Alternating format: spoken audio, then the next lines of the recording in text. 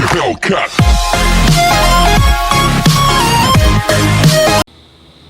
मेरे question number 4 और 5 भी एज यूजुअल लिखा गया है, मतलब जैसा क्वेश्चन नंबर 3 था 4 और 5 भी उसी तरह से है। आप लोगों को खुद ही करना है, solve by yourself, it means work at home. Question number 6 है, if A and B are acute angle such that cos A is equal to cos B, then show that angle A is equal to angle B। हमें show करना है। Given condition है cos A is equal to cos B। First of all हम इसके लिए figure draw करें। पहले जान लें हम लोग एक्यूट एंगल्स होता क्या है, इसके बारे में स्टडी करें। तो हमें पता है, हम क्लास 9 में पढ़ ही चुके हैं। एक्यूट एंगल्स की जो रेंज होती है 0 डिग्री टू 90 डिग्री के बीच में होती है। इट मीन्स 0 डिग्री और 90 डिग्री के बीच में आने वाले सारे एंगल्स एक्यूट एंगल्स कहे जाते हैं। इट मीन्स हमें फिगर भी उसी तरह से खींचना है कि एक्यूट एंगल्स आपको समझ में भी आए। ए बी सी इससे ड्रा किए परपेंडिकुलर, ए डी, ठीक है। जहां पर हम देख रहे हैं ए एक्यूट एंगल है, बी एक्यूट एंगल है। क्योंकि हम थीटा के सामने बोलते हैं परपेंडिकुलर, एक परपेंडिकुलर हो गया, एक कॉमन है, एक बेस है, ये हाइपोटेनस है, ये भी बेस है, ये भी हाइपोटेनस है। गिवन कंडीशन है, हम लोग लिख लेंगे cos A equal to cos B, एक गिवन है, क्वेश्चन में ही दिया हुआ है, एक गिवन कंडीशन है, इसी से हमें लाना है।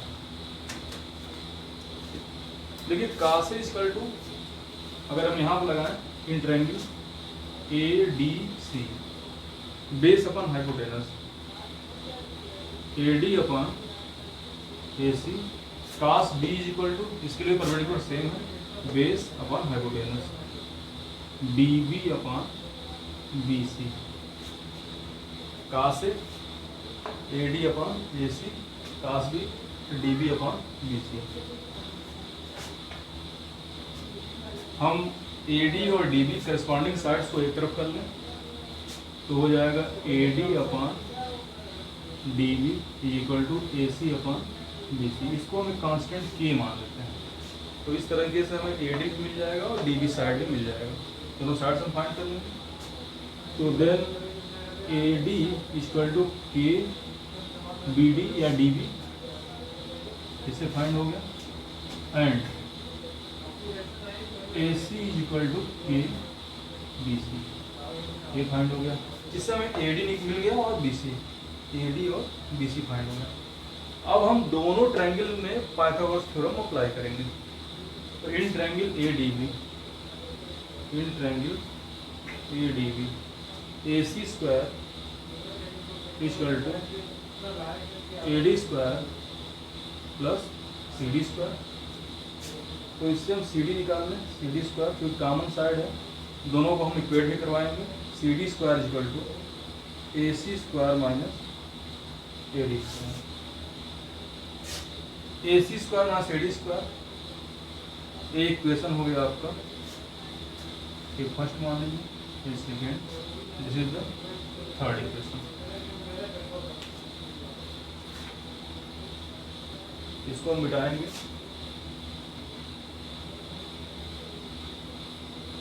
क्वेश्चन तो देख ही लिए होंगे आप लोग, ऊपर से मिटा देते हैं। अब हम निकालेंगे in triangle CDB, in triangle CDB, वही hypotenuse CV square equal to CD square plus DB square, DB square CV square minus CD square, CB square minus CD square. एक क्वेश्चन आपका हो गया 4।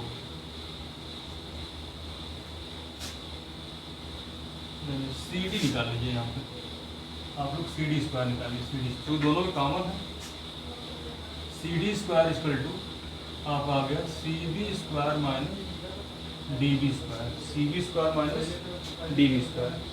एक इक्वेशन 4 हो गया, दिस इज द 4 इक्वेशन। हम दोनों को कंपेयर करवा देंगे, CD square equal to AC square minus AD square, C D square equal to C B square minus D B square from 3 and 4, 3 equal to 4। हम compare करवाए, compare कराने के बाद आ गया आपका A C square minus A D square equal to C B square minus D B square. A C square value हम put करेंगे फ्रॉम 2 and 1, यहाँ लिख दें from 2 and 1। A C square equal to है के बी सी इसका square minus इसकी value के B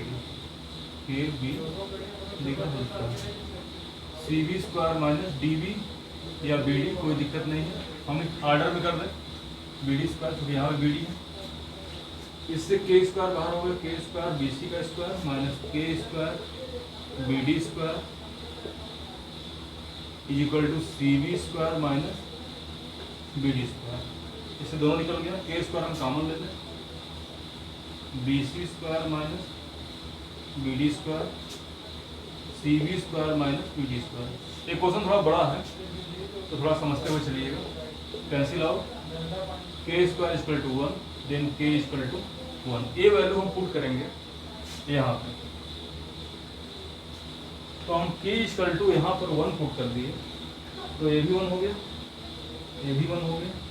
it means A D equal to B D, A C equal to B C. हमारा फिगर जो था इस तरह से था ए बी सी डी। अगर A D equal to B D हो गया, A D equal to B D और ए सी इक्वल टू हो गया आपका बी सी, तो हमें पता है कि equal side subtend equal angle. अगर बराबर साइड है तो उसके सामने की एंगल भी आपकी क्या होगी, बराबर होगी। इस प्रोसीजर से हम लिख सकते हैं कि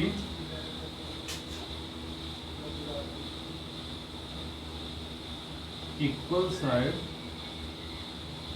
subtends equal angles and so on, angle A is equal to angle B. Proof.